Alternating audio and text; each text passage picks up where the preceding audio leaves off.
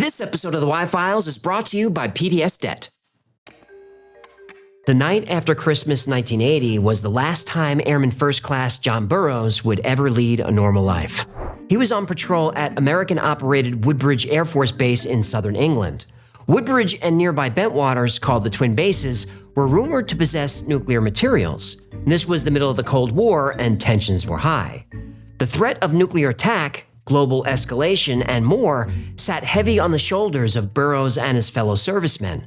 But their job was simple: keep themselves, their nation, and their allies safe. So Burroughs conducted his nightly rounds, checking the perimeter for anything that threatened the peace. Suddenly, a bright light descended from the sky, and then another. Burroughs watched as the lights fell into the forest surrounding the base. When he and his team arrived to inspect the crash site, they were worried it was a Soviet incursion. But what they found was far more terrifying than Soviets.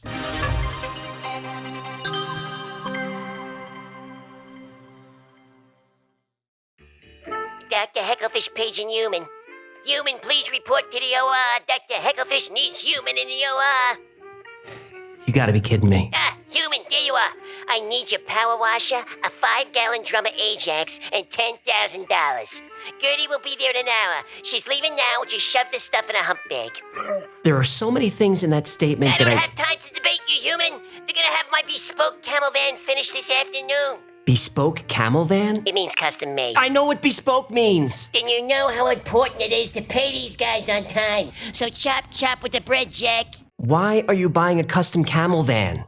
And why do you need my power washer? Why do you need my power washer, Doctor? Why do you need it? All right, look. Everything is so expensive right now, and I pay my bills every month, and it doesn't even make a dent. So I needed a side gig, which I wouldn't need if you gave me a raise, but no, you guys... I can hear you. But I've come up with a great business idea. Oh, this is gonna be good. I'm starting a mobile camel grooming service. I'm calling it Dr. Hecklefish's Hump and Brush. Hump and brush. Oh yeah, it's like a mobile camel spa. I'll also paint their nails so they can have pretty camel toes. Oh, and I created a special perfume, so not only will I give you the cleanest hump in town, after I finish, you'll smell great. Yeah, I know, I'm gonna make a fortune. So, the power washer, the soap, and the 10 G's. Cough it up. Look, I'm not coughing up anything. Will you just call PDS and have them take care of your debt so you can be here doing your actual job? PDS? Is that today's sponsor? Why, yes. Yes, it is. They have options for anyone struggling with a lot of monthly debt payments. Credit cards, personal loans, collections, medical bills. Everyone with over $10,000 or more in eligible debt qualifies. But my credit is circling the drain like soapy water after scrubbing a dirty camel. There's no minimum credit score required. Bad and fair credit is accepted. They roll your debt into one low 0% interest monthly payment. You can save thousands in interest and fees and pay off your debt in a fraction of the time. That sounds perfect. And PDS is giving our qualified viewers a free debt analysis just for completing the 30-second online assessment at www.pdsdebt.com/files. That's pdsdebt.com/files. You got it. Okay, I'll go there now. But I'm still gonna send Gertie over for the power washer and the dish soap. She needs a bath and she doesn't fit in my tub. Oh, you have that walk-in shower. That's even better. Just make sure you scrub really good behind the ears. She really likes that. Does that make you happy? You want Uncle AJ to give you a bath? He's a naughty little hump scrubber. Do not send her here. I'm not gonna wash your camel. Well, here's the Uber. She'll see you in an hour.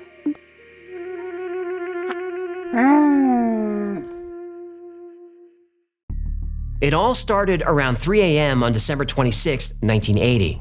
U.S. Airman First Class John Burroughs and Staff Sergeant Bud Steffens were on patrol near the East Gate at the Woodbridge base. It was a slow night, but soon they felt uneasy. There was static electricity in the air. Suddenly, a light descended from the sky into Rendlesham Forest, landing about half a mile from the end of the base's main runway. And then another light. The lights were flashing red and blue, green and yellow, on and off. And at first, they thought it must be a downed aircraft, but no one heard a crash. There was no sound of any kind. Burroughs and Steffen called in the situation from the guard shack. They didn't want anyone to hear their report on an unsecure radio, just in case the crash needed to be dealt with quietly. Remember, this was the Cold War, and the servicemen weren't sure what they were dealing with yet. Staff Sergeant Jim Peniston was the on-duty flight chief at Woodbridge. He grabbed Airman Edward Cabansag, and they headed to the East Gate to get a clearer picture of the situation. All four men agreed that the lights must have been a downed aircraft. But why didn't it make a sound? Something so close to the twin bases would have alerted plenty of personnel. It would have been impossible to miss. They checked in with both bases. Nobody at Woodbridge or Bentwaters saw or heard anything. They called RAF Bawdsey. They called RAF Watton. They even checked in with Heathrow Airport to see if anyone reported a downed aircraft in the area. Nothing. But something strange did show up on radar. About 15 minutes before the lights fell into Rendlesham Forest, a radar operator reported a bogey. The radar saw Humphrey Bogart? A bogey is an unknown aircraft. Ah, that makes more sense. The bogey was lost from radar directly over the base. Then orders came down, go check it out. The four men drove out to the East Gate and down a public road, mostly used for logging and hiking. The road connected to a trail that led deeper inside the forest, toward the crash. But as soon as they hit the trail, their communication equipment started to malfunction. It was like a jammer or something interfering with the frequencies. The radio still worked, but only over very short distances. Anything farther than a few feet was nothing but static. Now, in the distance, they could hear farm animals going crazy. All around them, wild animals sounded like they were screaming like humans.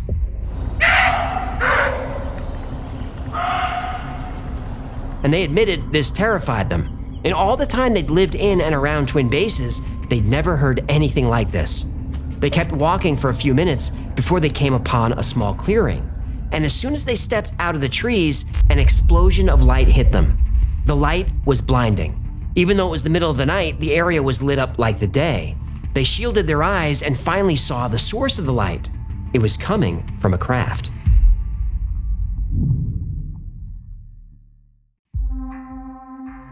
The triangular-shaped craft made no sound, and when the men took a step toward it, the animal stopped screaming. Yeah, tell me, Clarice, have the lambs stopped screaming?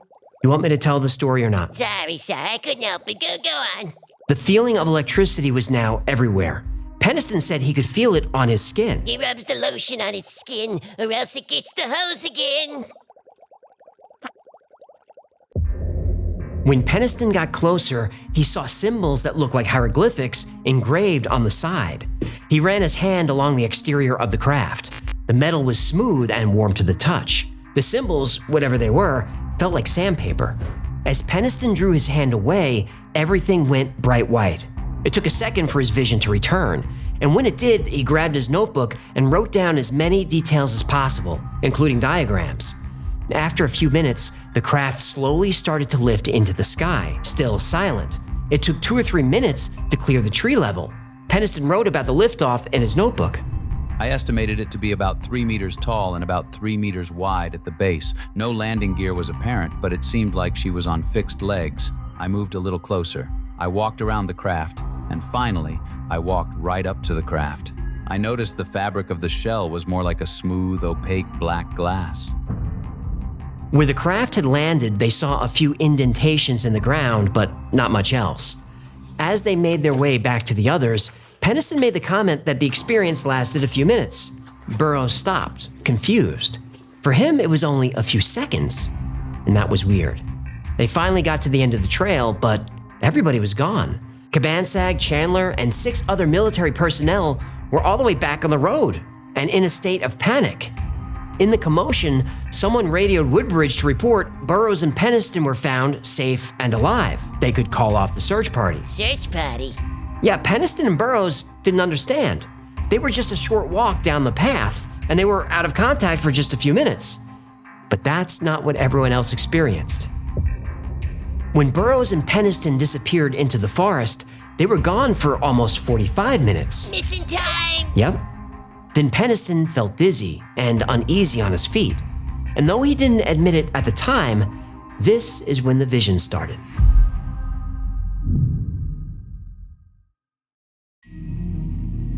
Records show the American military called British authorities on December 26th, an hour after the first sighting.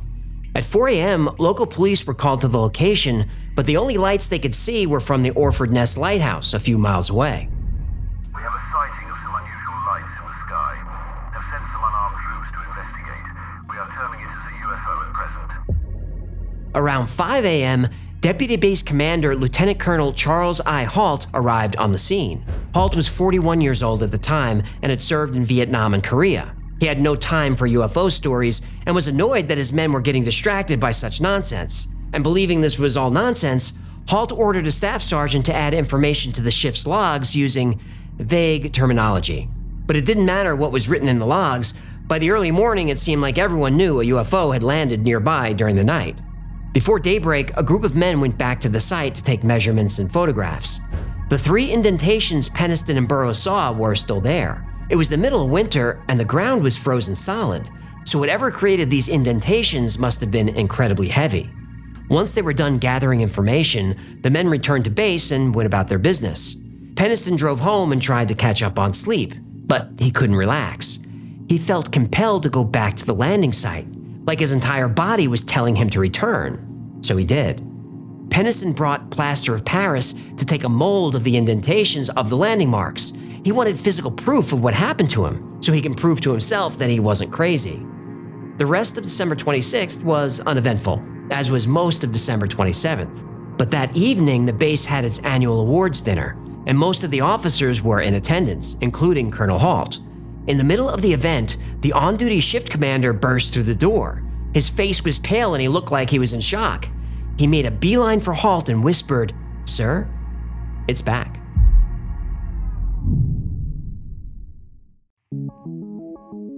Halt assembled a team to investigate. The men gathered handheld cassette recorders, cameras, and even a Geiger counter to measure radiation. Halt was known for carrying a tape recorder wherever he went, and he recorded the investigation in real time. We're about 150 or 200 yards from the site. Everything else is just deathly calm. There is no doubt about it. There's some type of strange flashing red light ahead. When they got to the landing site, the 3 indentations in the ground where the craft allegedly landed were throwing off radiation.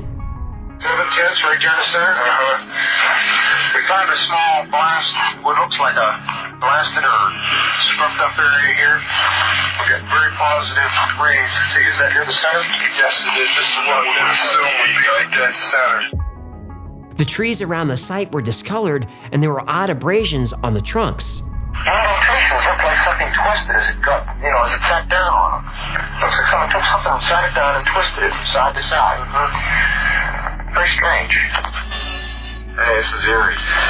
What's the hot spot? This is strange. Halt ordered samples from the trees to be taken for analysis, but the team had to be careful. The trees were also throwing off radiation. And viewing the scene through thermal imaging showed that the trees and landing area were warmer than the rest of the environment. We are getting an indication of a heat source coming out of that center spot. And just before 2 a.m., something spooked the animals of Rendlesham Forest again. We're hearing very strange sounds out of the farmers' barnyard animals. They're very, very active, making an awful lot of noise. I just saw a light there. Wait, I gotta slow down. Where? There it is. Oh, yeah, I see it too. What is it? We don't know, sir. A small red light appeared between the trees, and the animals fell silent, and it was deathly calm. The red light hovered over the clearing. It started to move through the trees, so Halt and a few others followed it. Weird. It appears that he may be moving a little bit this way. It's right on past that. It's coming this way. It is definitely coming this way. It should be showing off. There is no doubt about it. This is weird. Now 2 lights appeared, both shooting off yellow sparks, and they moved back and forth like a blinking eye. We're seeing strange lights in the sky. 305. We see strange strobe-like flashes to the rather sporadic, but there's definitely something. And then things got intense. You could hear Halt crying out on the tape that a beam of light just struck the ground 10 feet in front of his team. Here he comes from the south. He's coming toward us now. Now we're observing what appears to be a beam coming down to the ground. This is unreal. The light was described like a laser. It wasn't damaging anything, but the men got the impression that it was scanning for something. Now, we still don't know if there were nuclear weapons stored at the twin bases, but this would only be one of many UFO encounters at a nuclear facility. Local police were also busy responding to reports of strange lights all over the county. But as quickly as they showed up, the Rendlesham UFOs were gone. The witnesses had no answers. They were left with only questions. But they were left with more than that. I was very skeptical. I found what had allegedly taken place hard to believe, and I was really going to debunk it, quite frankly. And as events unfolded, I became more and more concerned that there may be something to this. I kept telling myself that there had to be some type of an explanation for it, but I certainly couldn't find one, and even to this day, I can't explain what happened. In the months after the incident, Burroughs, Peniston, and others started experiencing health problems. Burroughs' eyes were deteriorating. He had throat issues. He developed a heart condition. Years later, a specialist told Burroughs that his symptoms are usually found in people exposed to high levels of radiation. Now, Burroughs remembered the high radiation readings in Rendlesham Forest. He requested his medical records from the Air Force, but the request was refused. And this was years after he retired from service. And at one point, the military wouldn't even admit that Burroughs had served. All information on him was considered top secret. Doctors later identified the cause of Burroughs' injuries as broadband non-ionizing electromagnetic radiation. Now, this could occur if you're exposed to ultraviolet, infrared, or high-powered microwave energy. The military now had no choice but to acknowledge the situation. The US government finally admitted that these servicemen suffered serious health problems, and a few of them were even granted medical disability. But many of Burroughs' medical records are still classified to this day. Sergeant Jim Peniston also experienced after effects from the UFO encounter. Now, he was never the same after that flash of white light he saw while touching the craft. And that night, when he was going over his notes and diagrams, he started to feel sick. And then he had visions of ones and zeros. He had no idea what they meant or what was happening to him. But the numbers were so vivid, he started writing them down. And the more he wrote, the better he felt. Then finally, the vision stopped. Jim put his notebook away and didn't think about it again for another 30 years. He had completely forgotten about writing down all those ones and zeros, but in 2010, he pulled out his notebook for an interview. He wanted to show the symbols that he saw on the craft. As he was thumbing through the notebook, he came across the pages with the numbers. The interviewer said, "Wait, what's that?" And Jim Peniston was nonchalant about it. He said, "Oh, that was information downloaded to me from the UFO." Jim was asked if it was binary code, but he didn't know what that was. So they sent the numbers to a computer expert to see if there was anything to it. Now, they didn't tell the computer guy anything. They just said, "Here are a bunch of numbers, tell us what you think." The tech couldn't believe it. It was a message from the future.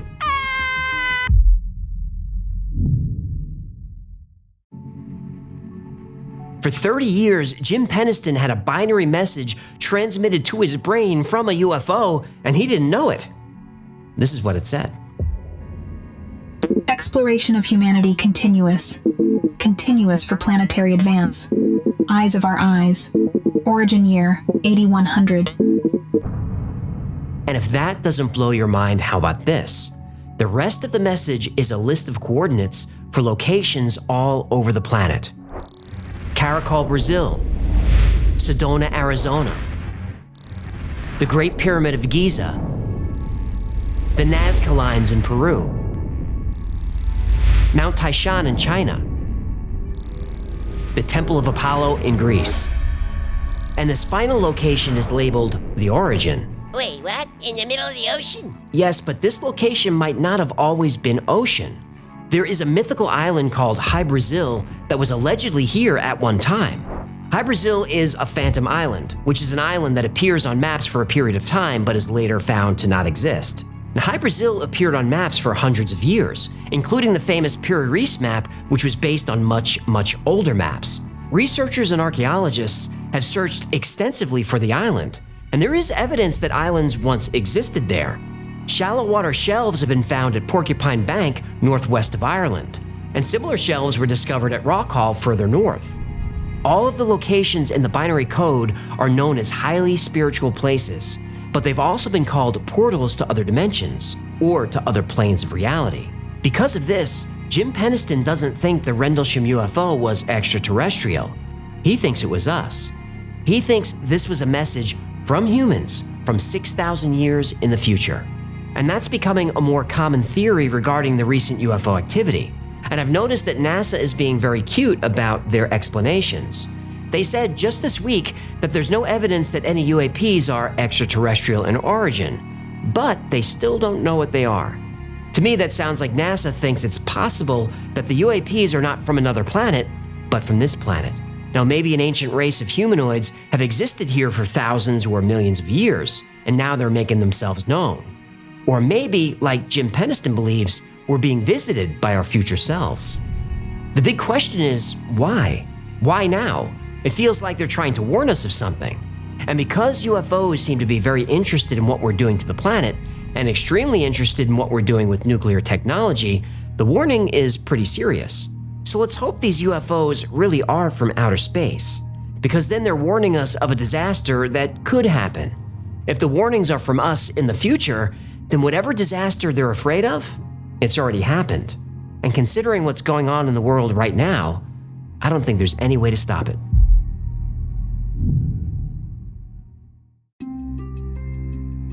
Physical evidence, audio recordings, countless high-ranking U.S. military witnesses, the Rendlesham Forest UFO incident has it all. But is any of it true? Well, the answer, like in many UFO cases, is it's complicated. So let's start with the big picture.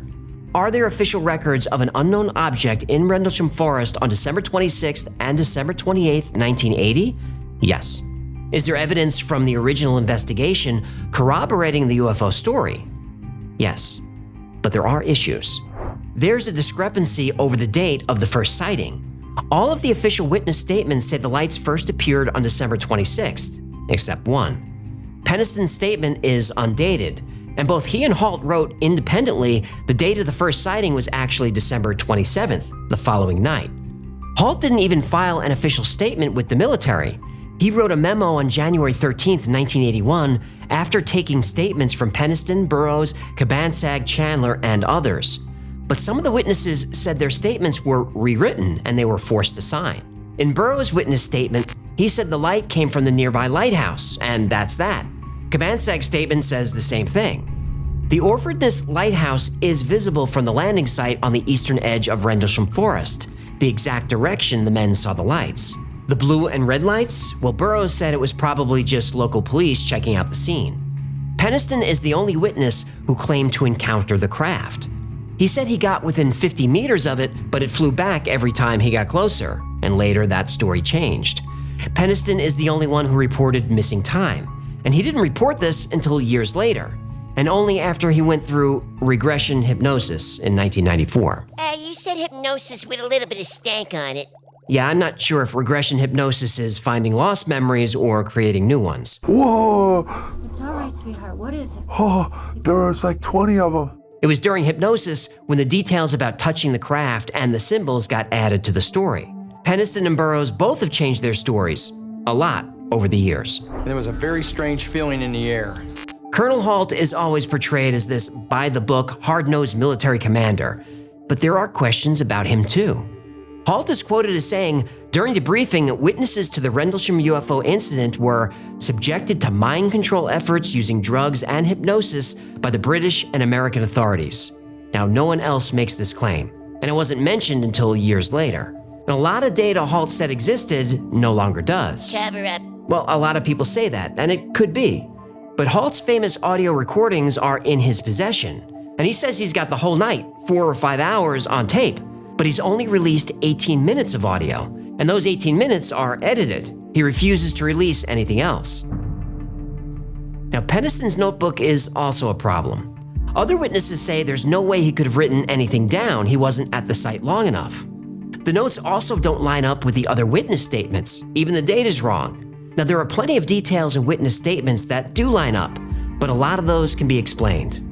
Halt said the reddish-yellow light he saw through the trees would appear every 5 seconds. Now, we can hear this on the tape, but the light from the lighthouse was visible through the trees, and it was set for a 5-second rotation. Cabansag also mentioned this pulsing light, but the light he saw was confirmed to be the lighthouse.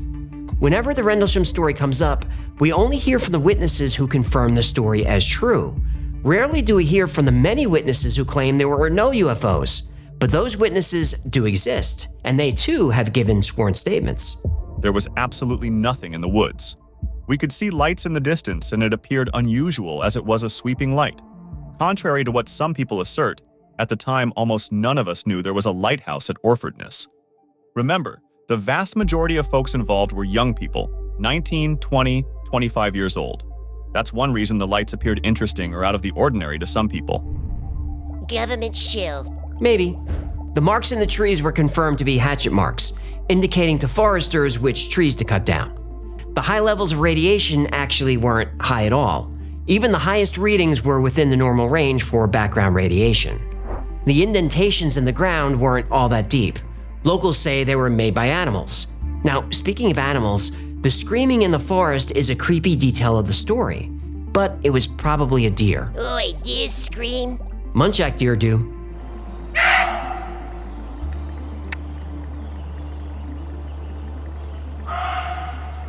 Oh, I don't like that deer at all. Yeah, on a dark, cold night in December, when you think you're chasing a UFO, hearing that sound from the woods would be terrifying. But these deer live in Rendlesham Forest. The locals heard them all the time. But we don't have these in the US. And remember, even though this event happened in England, all the witnesses were American.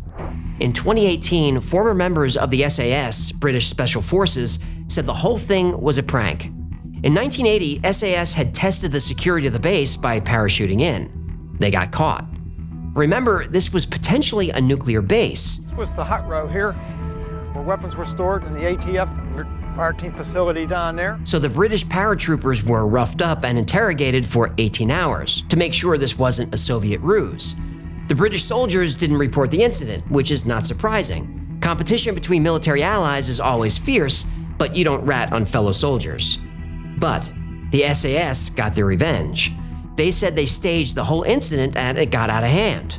Now, this seems like a good explanation, but I still can't find any actual names. There are a lot of anonymous sources. But the British couldn't beam computer code into this guy's brain. Tennyson, right. There are lots of problems with that notebook and the whole binary code story. He said he forgot about the code and only remembered it in 2010 during a documentary shoot. But you can see him flipping through the notebook on TV as early as 2003. Now, I guess he only flipped halfway through the notebook and then was like, yeah, I'm good. Now, suddenly in 2010, during another presumably paid TV gig, now there's binary code. And it's code that translates into English. And I always have a problem with aliens sending code in English. It seems too specific and unlikely. I prefer when they communicate with math, like in the movie Contact. Okay, 101. The pulse sequence through every prime number between 2 and 101. But some people say they speak English because they know that's what we understand. Fine, I guess. But the binary code was ASCII encoded. ASCII is an American standard for encoding text. It existed in 1980, but it wasn't commonly used. Plus, the ASCII character set has gone through multiple changes over the years. When this code was downloaded into Penniston's brain, the standard was 7 bits, but the message was encoded using 8 bits, which was the standard but years later. But future people would know all this. That's true, they would. But the people who translated the code, they took some liberties.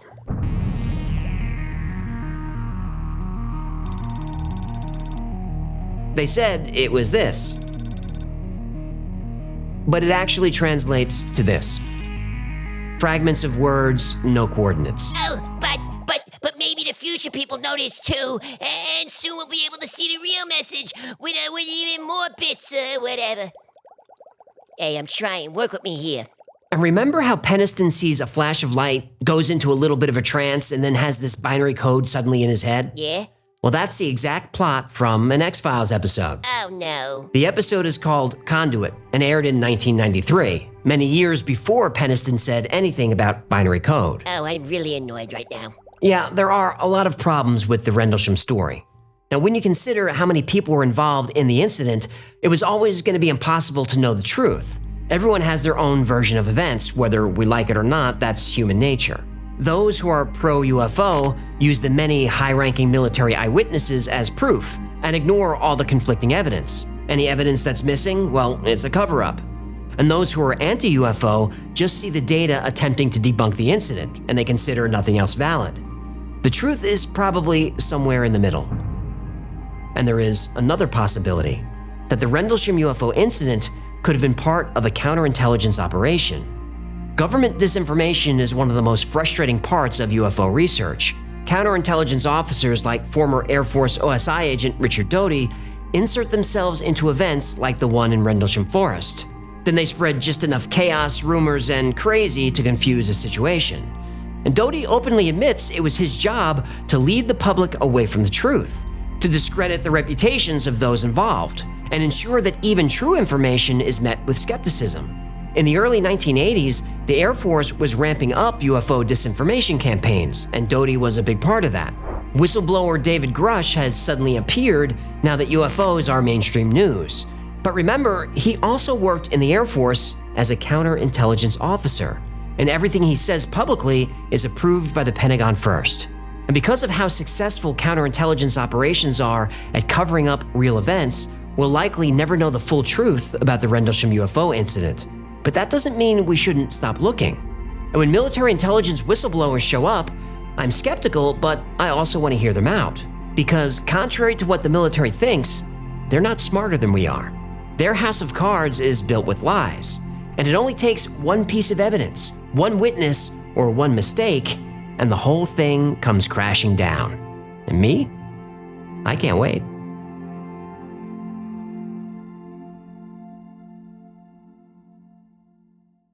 Thanks so much for hanging out with us today. My name is AJ, that's Hecklefish. 011010000. 011010001. This has been the Y-Files. If you had fun or learned anything, do him a favor, like, subscribe, comment, share. That stuff really helps the channel. And like most topics we cover on the channel, today's was recommended by you, by lots of you. So if there's a story you'd like to see or learn more about, go to theyfiles.com/tips. And don't forget to check out the Y-Files Discord. There's tons of people on there 24/7. Brother Y-Files Gino is on there right now getting weird stories from fans. So go check it out. It's a Y-Files Discord. It's free to join and it's a lot of fun. Now, special thanks to our patrons who make this channel possible. You guys are so generous and I couldn't do this without you. I dedicate every episode to you. And if you'd like to support the channel, consider becoming a member on Patreon. For as little as $3 a month, you get all kinds of perks like early access to videos without commercials, early access to products like the Hecklefish plushie, plus you get 2 extra live streams just for you. Another great way to support is buy something from the Y-Files store. Grab a Hecklefish t-shirt, or these coffee mugs, talking Hecklefish plushie, talking fish toy doll, plush toy. That's gonna do it. Until next time, be safe, be kind, and know that you are appreciated.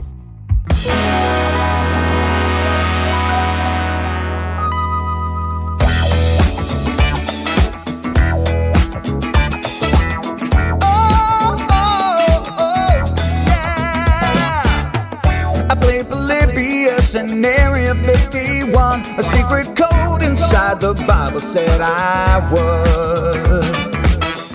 I love my UFOs and paranormal fun, as well as music, so I'm singing it like I should. But then another conspiracy theory becomes the truth, my friends, and it never ends. No, it never ends.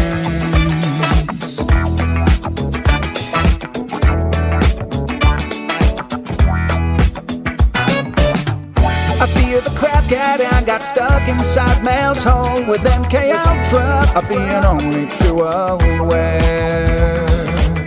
Did Stanley Kubrick fake the moon landing alone on a film set, or were the shadow people there? The Roswell aliens just fought the smiling man, I'm told, and his name was Cold. And I can't believe I'm dancing with the fish. Hecklefish on Thursday nights with AJ2, and the Wi-Fi's helping me all through the night. All I ever wanted was to just hear the truth, so the Wi-Fi's on repeat all through the night.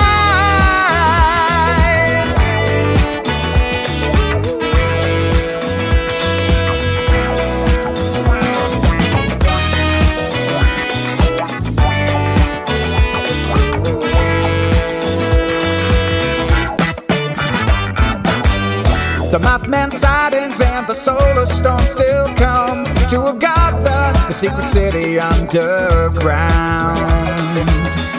Mysterious number stations, planets Serpo 2, Project Stargate, and what the Dark Watchers found. We're in a simulation, don't you worry though. The Black Knight satellite, it told me so. I can't believe